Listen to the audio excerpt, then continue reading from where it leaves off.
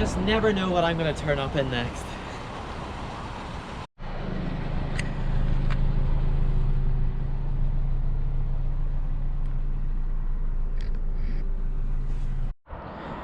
Now this was the cheapest Avenger you could buy. It's the 4-cylinder petrol SE model, 2-litre SE with a 5-speed stick shift.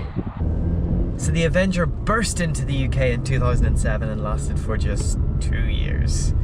Currently on Auto Trader there are just 2 of them available, one of which is mine. According to how many left, there's about just over 500 in total. This particular 2-litre petrol SE, it says there's 37, so not a common car, never was. And I can't help thinking that in 10 years time, when we come across one of these, especially one like this, which is the base level SE model with the smallest engine and a manual gearbox, it's going to be like coming across a Daewoo Sparrow these days, i.e. a hidden gem. Diamond in the rough, if you like as awful cars as I do.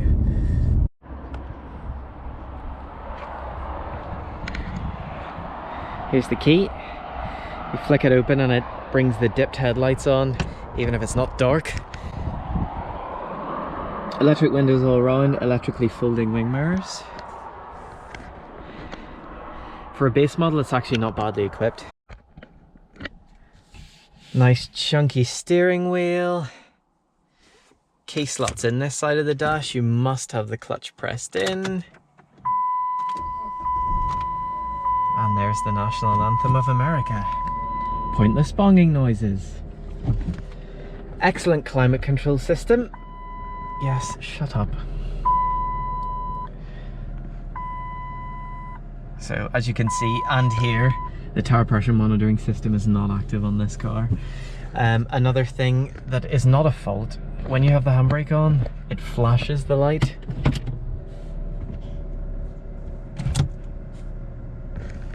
Why? Makes it look like there's actually a serious fault when actually you've just put your e-brake on. Cup holders, of course, because America. Big storage box there. Auto dimming mirror.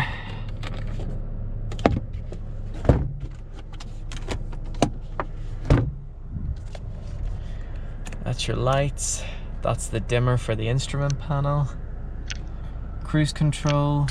With its American muscle car styling made into a 4-door family car that's actually quite practical, this thing got off to a good start. It should have been something from America that we would have desired for its good points rather than its scratchy plastics. But unfortunately, the Avenger arrived in the UK right at the point where big petrol engines, and we all know that that's what America does best, were the enemy. They were introducing this £500 road tax for bigger petrol engines. Everyone was encouraged into small, clean diesels. Look how that went. So it seems that somewhere at the point of the Avenger's conception and it arriving in Europe, someone, probably called Richard with a clipboard, said, no, no, no, just 4 cylinders please, petrol and a diesel, that'll do. Well, yeah. A car from America with this muscly styling with 4 cylinders and a stick shift. Ugh. This one is the 2-litre petrol engine, which produces apparently 150 brake horsepower, although it doesn't feel like it. You could get a 2-litre Volkswagen diesel engine.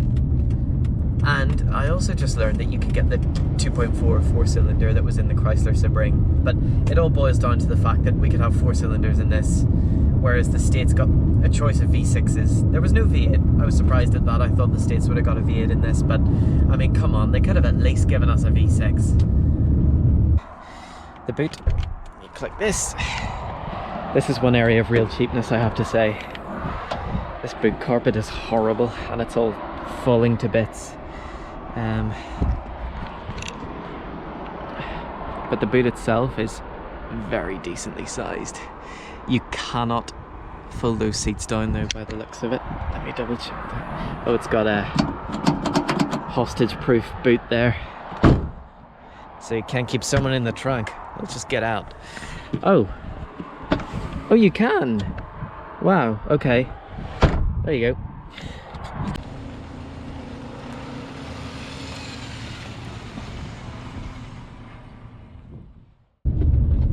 In terms of the drive, well, if I had to sum it up in one word, chunky. Everything feels chunky. The wheel feels chunky. The gear shift, actually I thought was going to be horrific. I think the problem is the gear knob. It's not a nice shape. It's too long. Yeah, but actually the feel of the gear change itself is actually quite pleasant. Now this engine in the lower rev range, which I hope you can hear, creates this kind of computerized whine.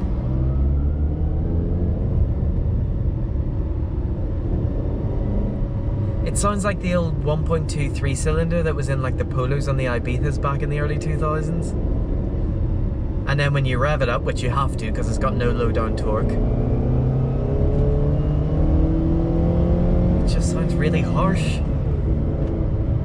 I mean, it's smooth. The power delivery is smooth because it's got not much power to deliver, so, you know, it's fine that way. And on a run, like I'm sitting at 50, it's actually really quiet in here. The ride is relatively composed, more biased towards comfort than sporty driving, which American cars usually are. Although it's not as floppy and soft as an old Neon. Cornering? Well, if you buy a big American car because you think it goes around corners well, you're an idiot. However, certainly a lot better than plenty of American stuff that I've driven. Definitely been Europeanized. It should have had wheel trims on it, but it's got these street racing alloy wheels on it. Now, I'm not a fan of aftermarket wheels. I have a feeling these might have been like a dealer fit accessory because they're not awfully gaudy. They're only, what, 17 inch? Which actually looks quite small in this car, so I really don't think it's something that someone has bought off Gumtree and put on.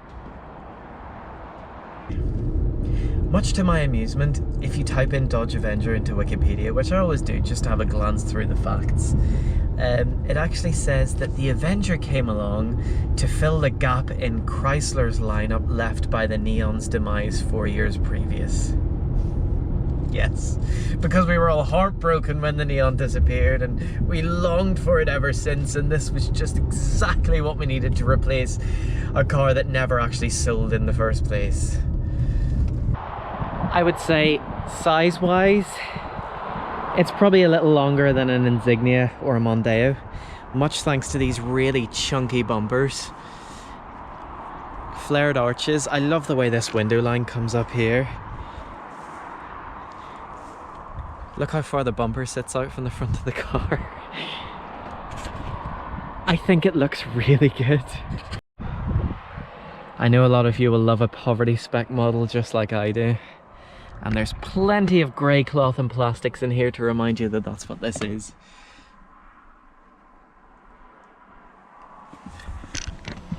Now it's sitting in here. You've got this right beside you and it does feel a bit dark. However, there is loads of room. It's really comfortable in here. And what I said earlier about the American muscle car looks being completely diluted by the engines they were given in the UK, well, it kind of shows here as well, because if you look at its cool chunky bumpers and its flared wheel arches, and then look at the exhaust. It's just ridiculous. One single pathetic exhaust. And when I was reviewing my Blazer, you'll note that I hated that they got rid of the Americanism of the column shifter and gave us a floor shifter instead. Well, the one fantastic Americanism on this car, they have kept, which is almost worth buying the car for alone. Open this.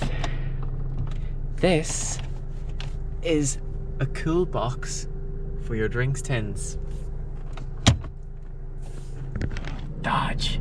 And it keeps them seriously cold as well, to the point where they'll have condensation on them when you take out a can of soda on your road trip. Bloody brilliant. Absolutely brilliant. Parts shouldn't be an issue. There's plenty of dedicated American car breakers out there. There's always eBay from the US if worse comes to worse. But check this out for a bit of a maintenance quirk. This was a battery change. That's right. Car up in the air, wheel arch liner off, the battery is buried below that front bumper. Ridiculous.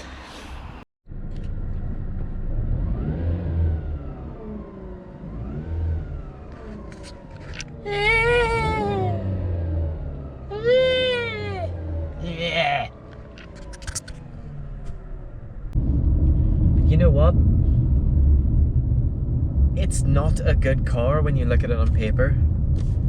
It's not a particularly thrilling car when you drive it, but I really like it.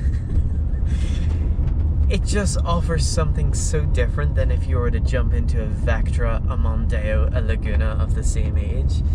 It's unashamedly American. The build quality, yes, everything you touch is a little scratchy and unpleasant, but actually, okay, this car's only got 53,000 miles on it, but there are no rattles whatsoever.